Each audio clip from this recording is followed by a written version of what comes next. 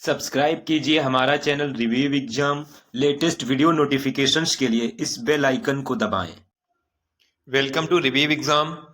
आज हम RRB NTPC 18 जनवरी 2021 shift 2 previous year questions discuss करेंगे और हर क्वेश्चन से रिलेटेड इंपॉर्टेंट फैक्ट भी मैं आपको बताऊंगा। तो आप पूरा वीडियो बहुत ध्यान से देखिए। लास्ट में आपसे एक क्वेश्चन भी पूछूंगा, उसका आंसर आपको कमेंट बॉक्स में बताना है। आज के वीडियो की पीडीएफ फाइल इस वीडियो के डिस्क्रिप्शन से डाउनलोड कर सकते हैं। इसके अलावा फ्रेंड्स 28 दिसंबर 2020 से और 18 जनवरी 2021 शिफ्ट 1 तक कुल 25 वीडियो के यानी 25 शिफ्ट के क्वेश्चन डिस्कस कर चुके हैं। अगर उन वीडियोज को आपने नहीं देखा है तो उनको आप जरूर देखें। इससे आपको ये जानकारी होगी कि आरआरबी एनटीपीसी में किस टाइप के क्वेश्चन पूछे गए हैं। तो आज के इस वीडियो में हम लोग 18 जनवरी 2021 शिफ्ट 2 के क्वेश्चन डिस्कस करेंगे। तो चलिए स्टार्ट करते हैं। आज का पहला क्वेश्चन है, चंद्रयान 2 के लैंडर का नाम किस वैज्ञानिक के नाम पर रखा गया था? विक्रम साराभाई। इस क्वेश्चन का डी ऑप्शन सही है। चंद्रयान 2 को 22 जुलाई 2019 को आंध्र प्रदेश के श्रीहरिकोटा से इसरो द्वारा बाहुबली रॉकेट जीएसएलवी मार्क 3 द्वारा लॉन्च किया गया। चंद्रयान 2 के महत्वपूर्ण हिस्से थे ऑर्बिटर, लैंडर और रोवर। लैंडर को विक्रम और रोवर को प्रज्ञान नाम दिया गया था। चंद्रयान 2 के लॉन्च के समय इसरो के अध्यक्ष के सिवान थे। अभी तक कुल 3 चंद्रयान लॉन्च किए जा चुके हैं, 3। तो पहला चंद्रयान 1 22 अक्टूबर 2008 को जी माधवन नायर की अध्यक्षता में इसरो द्वारा PSLV XLC 11 रॉकेट से लॉन्च किया गया था। और चंद्रयान 3 को 14 जुलाई 2023 को आंध्र प्रदेश के श्रीहरिकोटा में सतीश धवन अंतरिक्ष से एस सोमनाथ की अध्यक्षता में इसरो द्वारा LVM-3 और M4 रॉकेट से लॉन्च किया गया था। 22 अगस्त 2023 को सफलतापूर्वक चंद्रमा के दक्षिणी ध्रुव पर पहुंच गया। इसमें 3 मॉड्यूल थे, प्रोपल्सन मॉड्यूल, लैंडर मॉड्यूल और रोवर। लैंडर को विक्रम और रोवर को प्रज्ञान नाम दिया गया था। तो इस क्वेश्चन से आपको इतनी जानकारी मिलती है। फ्रेंड्स, अगर आपने अभी तक हमारे चैनल को सब्सक्राइब नहीं किया है तो आप इसे सब्सक्राइब जरूर कर लीजिए। अगला क्वेश्चन है, निम्नलिखित में से कौन एक वायर्ड ब्रॉडबैंड नहीं है? उपग्रह। इस क्वेश्चन का ए ऑप्शन सही है। एक कृत्रिम उपग्रह एक ऐसी वस्तु है जिसे लोगों ने रॉकेट का उपयोग करके कक्षा में बनाया और लॉन्च किया है। आर्यभट्ट भारत द्वारा स्वदेशी रूप से निर्मित पहला मानव रहित कृत्रिम पृथ्वी उपग्रह था। अगला क्वेश्चन है, URL में कौन सा घटक वेब पेज के पथ की पहचान करता है? login.php। इस क्वेश्चन का ए ऑप्शन सही है। login.php वेब पेज के पथ की पहचान है, जबकि .com क्या है? ये कॉमर्शियल का संक्षिप्त रूप है। कई व्यक्तिगत, शैक्षिक और गैर लाभकारी वेबसाइटों का एक .com डोमेन नेम है, क्योंकि यह सबसे अधिक पहचानने योग्य है। अगला क्वेश्चन है, निम्नलिखित में से कौन एक वॉइस असिस्टेंट नहीं है? कारवां। इस क्वेश्चन का डी ऑप्शन सही है। कारवां एक म्यूजिक प्लेयर है। अगला क्वेश्चन है, मणिपुर की उस महिला भारोत्तोलक का नाम बताइए जिसे 2018 के लिए भारत का सर्वोच्च खेल सम्मान राजीव गांधी खेल रत्न मिला था। सैकोम मीराबाई चानू। इस क्वेश्चन का सी ऑप्शन सही है। अब मीराबाई चानू से रिलेटेड इंपॉर्टेंट क्वेश्चन देख लेते हैं जो कॉम्पिटेटिव पॉइंट ऑफ व्यू से बहुत महत्वपूर्ण है। मीराबाई चानू एक भारतीय भारोत्तोलक है। यही क्वेश्चन बन गया कि मीराबाई चानू का संबंध किस खेल से है? तो इनका संबंध भारोत्तोलक से। वो कहाँ की रहने वाली हैं? वो मणिपुर की। मीराबाई चानू मणिपुर की रहने वाली हैं। 2018 के लिए भारत का सर्वोच्च खेल राजीव गांधी खेल रत्न पुरस्कार मिला। वह 49 किलोग्राम वर्ग में 2020 के टोक्यो ओलंपिक में रजत पदक की विजेता है। वह मणिपुर के इम्फाल पूर्वी जिले के नोंगपोक काकचिंग गांव की रहने वाली हैं। अब विकल्प में हिमा दास और MC मैरीकॉम और कर्णम मल्लेश्वरी का भी उल्लेख है, तो इसलिए हम लोग हिमा दास से भी इंपॉर्टेंट फैक्ट देख लेते हैं। असम की एक भारतीय स्प्रिंग धावक। हिमा दास कौन है? धावक हैं। जबकि मीराबाई चानू कौन थी? भारोत्तोलक थी। हिमा दास ये एक धावक हैं। इनको डिंग एक्सप्रेस के उपनाम से भी जाना जाता है। वर्तमान में 50.79 सेकंड के समय के साथ 400 मीटर के लिए भारतीय राष्ट्रीय रिकॉर्ड रखती हैं, जिसे उसने इंडोनेशिया के जकार्ता में 2018 के एशियाई खेलों में जीता था। अब MC मैरीकॉम, इनका संबंध मणिपुर राज्य से है। ये भारत की ओलंपिक मुक्केबाज हैं। वो रिकॉर्ड 6 बार वर्ल्ड एमेच्योर बॉक्सिंग चैंपियनशिप बनने वाली एकमात्र महिला हैं। उन्हें मैग्निफिशेंट यानी मैग्निफिशेंट मैरी के उपनाम से भी जाना जाता है। कर्णम मल्लेश्वरी आंध्र प्रदेश में पैदा हुई पूर्व भारतीय भारोत्तोलक कर्णम मल्लेश्वरी भारोत्तोलक हैं। वो ओलंपिक में पदक जीतने वाली पहली भारतीय महिला हैं। उन्होंने सिडनी ओलंपिक 2000 में कांस्य पदक जीता था। 1995 में रत्ना की मदद करने के लिए राजीव गांधी और 1999 में पद्मश्री से सम्मानित किया गया था। अगला क्वेश्चन है, स्वच्छ और खुले में शौच मुक्त भारत प्राप्त करने के लिए भारत सरकार द्वारा शुरू की गई योजना का नाम स्वच्छ भारत अभियान। इस क्वेश्चन का डी ऑप्शन सही है। अब बात यहाँ पर स्वच्छ भारत अभियान की है। इससे रिलेटेड इंपॉर्टेंट फैक्ट देख लेते हैं। स्वच्छ भारत अभियान या स्वच्छ भारत मिशन भारत सरकार द्वारा 2014 में खुले में शौच को खत्म करने और ठोस अपशिष्ट प्रबंधन में सुधार करने के लिए शुरू किया गया एक देशव्यापी अभियान है। स्वच्छ भारत मिशन अभियान प्रधानमंत्री नरेंद्र मोदी द्वारा शुरू किया गया 2 अक्टूबर 2014 को महात्मा गांधी के स्वच्छ भारत के दृष्टिकोण की याद में शुरू किया गया था। अगला क्वेश्चन है, निम्नलिखित में से कौन सा देश समान लिंग विवाह को वैध बनाने वाला यूरोपीय संघ का पहला साम्यवादी देश बन गया है? चेक गणराज्य। इस क्वेश्चन का डी ऑप्शन सही है। चेक गणराज्य यूरोपीय संघ में समलैंगिक विवाह को वैध बनाने वाला पहला साम्यवादी देश बन गया है। 23 मई 2015 को आयरलैंड गणराज्य दुनिया में समान लिंग विवाह संवैधानिक रूप से वैध बनाने वाला पहला देश। अब इसमें यहाँ पर कहा गया है संवैधानिक और ये साम्यवादी है, ठीक है। तो दोनों में आपको अंतर याद रखना है। अगर पूछता है साम्यवादी देश कौन सा है तो चेक गणराज्य है। अगर संवैधानिक पूछता है तो आयरलैंड गणराज्य है। 24 मई 2019 को ताइवान समलैंगिक विवाह को वैध बनाने वाला पहला एशियाई देश बना है। अगला क्वेश्चन है, अक्टूबर 2020 तक भारत का सबसे लंबा रेलवे प्लेटफॉर्म किलोमीटर में 1.3 किलोमीटर लगभग कहाँ है? गोरखपुर। इस क्वेश्चन का बी ऑप्शन सही है। अक्टूबर 2020 तक के आंकड़ों के अनुसार उत्तर प्रदेश के गोरखपुर रेलवे स्टेशन में दुनिया का सबसे लंबा प्लेटफॉर्म 1366 मीटर है। लेकिन विश्व का सबसे लंबा अगर प्लेटफॉर्म पूछा जाए वर्तमान में, कर्नाटक के हुबली में स्थित श्री सिद्धारूढ़ स्वामी जी रेलवे स्टेशन है। इस प्लेटफॉर्म की लंबाई 1507 मीटर है। अगला क्वेश्चन है, भारत में पहली मेट्रो ट्रेन कहां और कब शुरू हुई थी? 24 अक्टूबर 1984 कोलकाता। इस क्वेश्चन का डी ऑप्शन सही है। कोलकाता मेट्रो भारत के पश्चिम बंगाल में कोलकाता शहर की सेवा करने वाली एक तीव्र पारगमन प्रणाली है। कोलकाता मेट्रो भारत में पहली नियोजित और परिचालन रैपिड ट्रांजिट सिस्टम है। ट्रेन 24 अक्टूबर 1984 को चली। इस परियोजना की नींव प्रधानमंत्री इंदिरा गांधी ने रखी।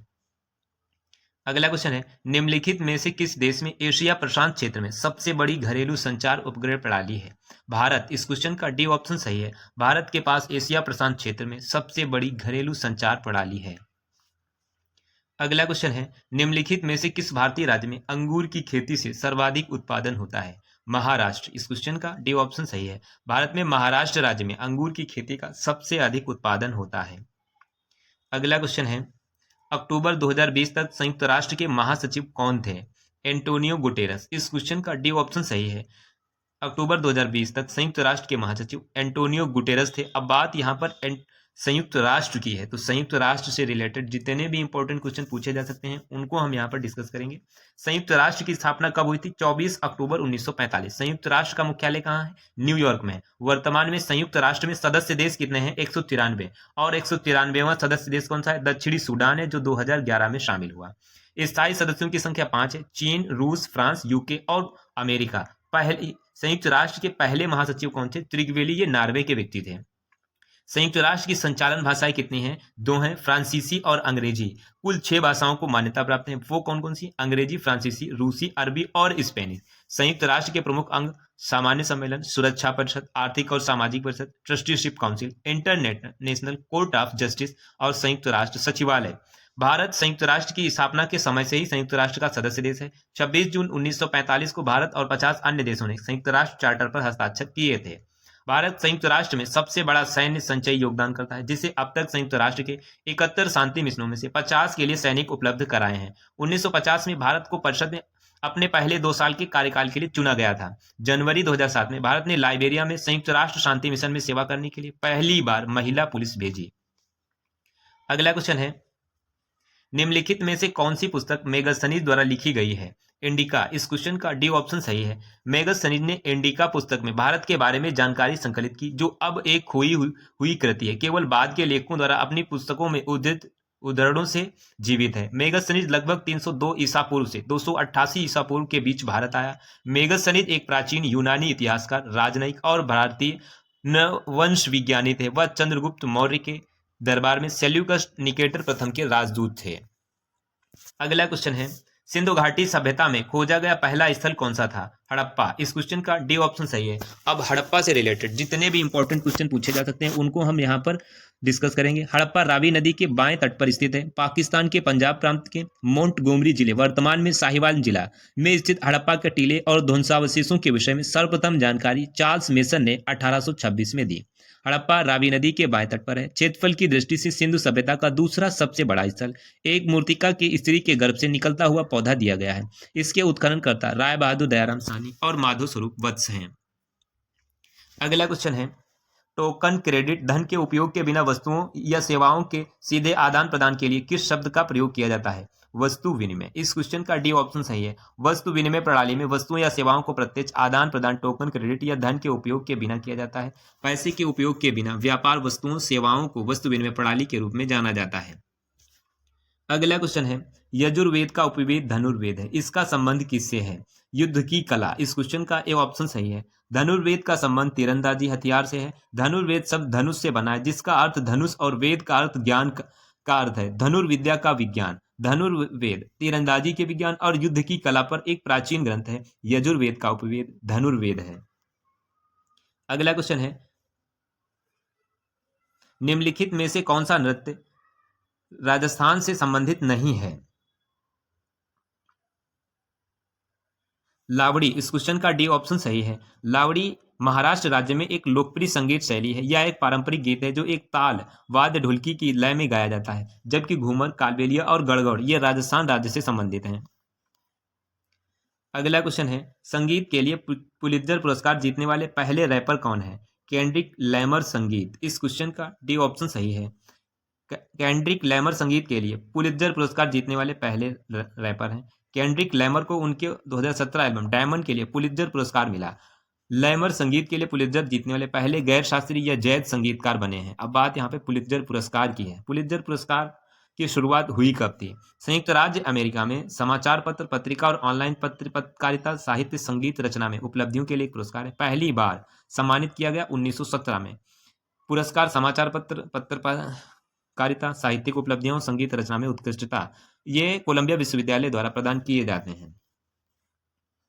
अगला क्वेश्चन है, संयुक्त राष्ट्र शांति सेना को किस वर्ष में शांति के लिए नोबेल पुरस्कार के लिए सम्मानित किया गया? 1988। इस क्वेश्चन का बी ऑप्शन सही है। संयुक्त राष्ट्र शांति सेना को 1988 में शांति के लिए नोबेल पुरस्कार से सम्मानित किया गया। अब बात इसमें संयुक्त राष्ट्र की है, तो उनको हम अभी पीछे वाले क्वेश्चन में पढ़ चुके हैं। अगला क्वेश्चन है, समोच्च रेखी जुताई क्या होती है? समोच्च रेखी जुताई इसकी ऊंचाई समोच्च रेखाओं के साथ एक ढलान, जुताई और रोपण की खेती का अभ्यास है। इस क्वेश्चन का बी ऑप्शन सही है। अगला क्वेश्चन है, निम्नलिखित में से कौन सा भारत में बड़े पैमाने पर लोहा और इस्पात संयंत्र है? टिस्को। इस क्वेश्चन का डी ऑप्शन सही है। टिस्को भारत का पहला बड़े पैमाने का लोहा और इस्पात संयंत्र है। Tata iron and steel company TISCO Bharat में पहला लोहा इस्पात निर्माण संयंत्र है, जिसकी स्थापना जमशेदजी टाटा और दोराबजी टाटा ने 26 अगस्त 1907 को जमशेदपुर, झारखंड में की थी। यह उद्योग स्वर्णरेखा और खरकई नदियों के किनारे स्थित है। अगला क्वेश्चन है, नीति आयोग भारत सरकार का एक नीतिगत थिंक टैंक है। इसे किसने प्रतिस्थापित किया? भारत के योजना आयोग को। इस क्वेश्चन का सी ऑप्शन सही है। योजना आयोग की स्थापना 15 मार्च 1950 को हुई थी। किसके द्वारा की गई थी? प्रधानमंत्री के द्वारा की गई। और ये संवैधानिक है या असंवैधानिक? ये असंवैधानिक, की संविधान में इसका उल्लेख नहीं है। योजना आयोग का मुख्यालय कहाँ है? नई दिल्ली में है। इसके अध्यक्ष कौन होते हैं? प्रधानमंत्री। किसकी सिफारिश पर योजना आयोग की स्थापना की गई थी? केसी नियोगी। योजना आयोग का उद्देश्य क्या था? पंचवर्षीय योजनाएं तैयार करना। अगला क्वेश्चन है, भारत में विधानसभा चुनाव में पहली बार उपरोक्त में से कोई नहीं यानी नोटा विकल्प का उपयोग किया गया? 2013। इस क्वेश्चन का बी ऑप्शन सही है।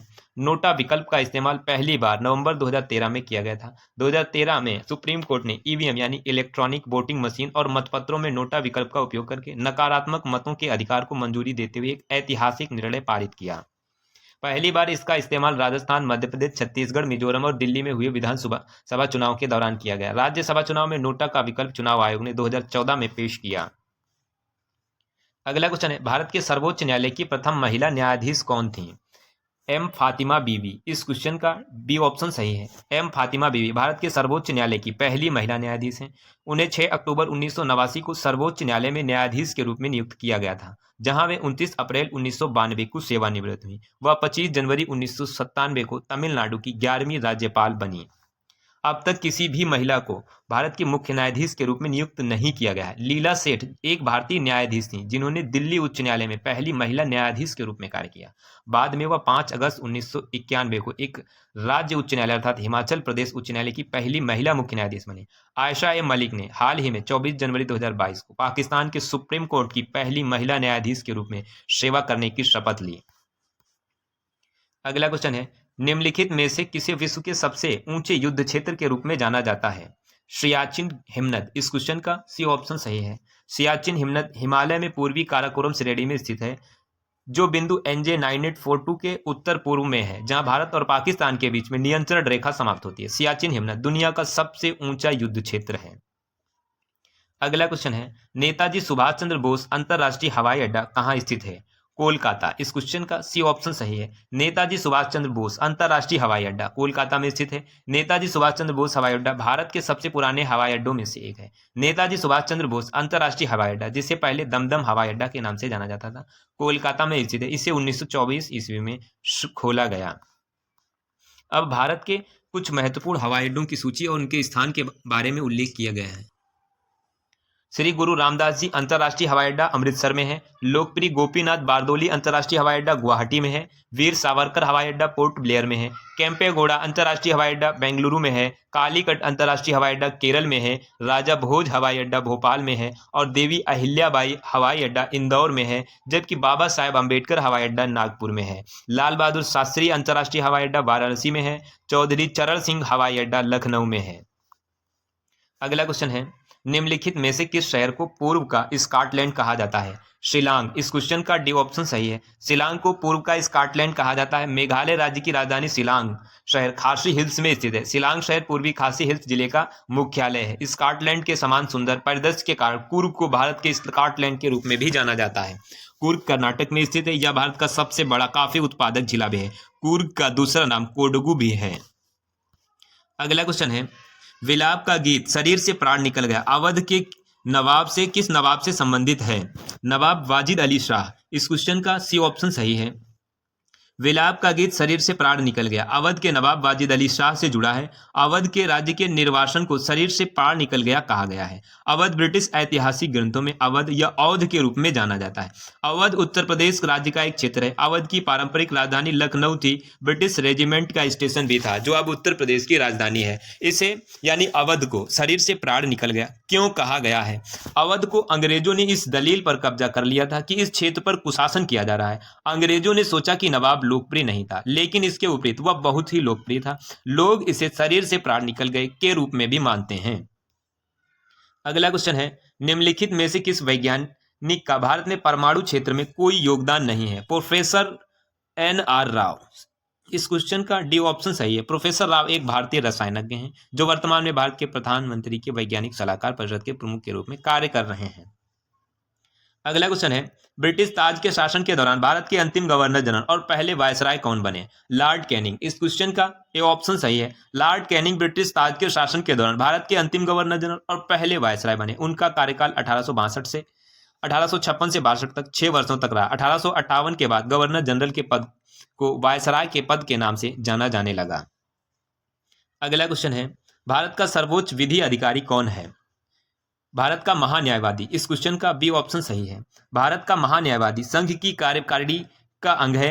भारत का महान्यायवादी सर्वोच्च कानून अधिकारी है। संविधान के अनुच्छेद 76 में भारत के महालेखाकार के पद का प्रावधान है। जो भारत के महान्यायवादी है, इसकी पात्रता और नियुक्ति किस प्रकार की जाती है? भारत के महान्यायवादी की नियुक्ति राष्ट्रपति द्वारा सरकार की सलाह पर की जाती है। वह ऐसा व्यक्ति होना चाहिए जो सर्वोच्च न्यायालय का न्यायाधीश नियुक्त होने की योग्य है, अर्थात वह भारत का नागरिक होना चाहिए। 5 साल के लिए किसी उच्च न्यायालय का न्यायाधीश होना चाहिए या किसी उच्च न्यायालय का वकील होना चाहिए। राष्ट्रपति की राय में 10 साल या प्रख्यात विधिवेत्ता के लिए कार्यावधि संविधान द्वारा, मतलब सर्वोच्च अधिकारी जो भारत का महान्यायवादी, इसके कार्यकाल की कोई अवधि तय नहीं है। एजी को हटाने की प्रक्रिया आधार संविधान में नहीं बताए गए हैं। वह राष्ट्रपति के प्रसाद पर्यंत पद धारण करते हैं, अर्थात राष्ट्रपति के प्रसाद पर्यंत पद धारण करते हैं। अगला क्वेश्चन है, टैरिफ और व्यापार पर सामान्य समझौता किस वर्ष में अस्तित्व में आया? 1948। इस क्वेश्चन का सी ऑप्शन सही है। शुल्क और व्यापार पर सामान्य समझौता वर्ष 1948 में अस्तित्व में। विश्व व्यापार संगठन को पहले गैट टैरिफ और व्यापार पर सामान्य समझौता के रूप में जाना जाता था। द्वितीय विश्व युद्ध के बाद अक्टूबर 1947 में 23 देशों द्वारा टैरिफ और व्यापार पर सामान्य समझौते पर हस्ताक्षर किए 1 जनवरी 1948 को कानून बन गया। अगला क्वेश्चन है, क्ले कोर्ट के राजा के रूप में जाने जाने वाले पेशेवर खिलाड़ी का नाम बताइए? Rafael Nadal. इस क्वेश्चन का सी ऑप्शन सही है। राफेल या राफा नडाल परेरा भी एक स्पेनिश पेशेवर खिलाड़ी हैं। उन्हें मिट्टी का राजा भी कहा जाता है। अगला क्वेश्चन है, सूर्य की ओर मुख किए हुए सूरजमुखी की गति क्या कहलाती है? प्रकाशानुवर्तन, फोटोट्रोपिज्म। इस क्वेश्चन का ये ऑप्शन सही है। प्रकाशानुवर्तन पौधों में एक निर्देशित प्रतिक्रिया है जो उन्हें प्रकाश स्रोत की ओर या उससे दूर बढ़ने की अनुमति देता है। सकारात्मक प्रकाश अनुवर्तन प्रकाश स्रोत के लिए पौधे की प्रक्रिया है। सूरजमुखी एक उदाहरण है। ऋणात्मक प्रकाश अनुवर्तन तब होता है जब कोई पौधा प्रकाश स्रोत से विपरीत दिशा में जाता है। अगला क्वेश्चन है, निम्नलिखित में से कौन सा कथन गलत है? रक्त शरीर को रोगों से बचाता है, बिल्कुल सही है। रक्त फेफड़ों से ऑक्सीजन को शरीर के अन्य अंगों में ले जाता है, यह भी सही है। रक्त संवेदी अंगों में सहायता करता है, ये सी ऑप्शन गलत है, यानी इस क्वेश्चन का सी ऑप्शन सही है। रक्त कार्बन डाइऑक्साइड को शरीर की क्रियाओं कोशिकाओं से फेफड़ों तक ले जाता है, ये भी सही है।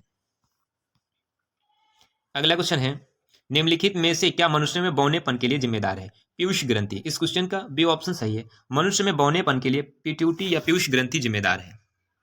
ग्रोथ हार्मोन को पूर्वकाल पिट्यूटरी से रक्त प्रवाह में छोड़ा जाता है। पीयूष ग्रंथि अन्य हार्मोन भी उत्पन्न करती है जिनके विकास हार्मोन से अलग होते हैं। वृद्धि हार्मोन पीयूष ग्रंथि निर्मित होता है। इसमें सामान्य शरीर संरचना, उपापचय को बनाए रखने सहित कई कार्य होते हैं। यह मटर के आकार की एक छोटी ग्रंथि है जो शरीर के महत्वपूर्ण कार्यों को विनियमित करने में महत्वपूर्ण भूमिका निभाती है। इसे मानव शरीर की मास्टर ग्रंथि भी कहा जाता है क्योंकि यह अधिकांश अन्य हार्मोन स्रावित ग्रंथियों की गतिविधि को नियंत्रित करती है।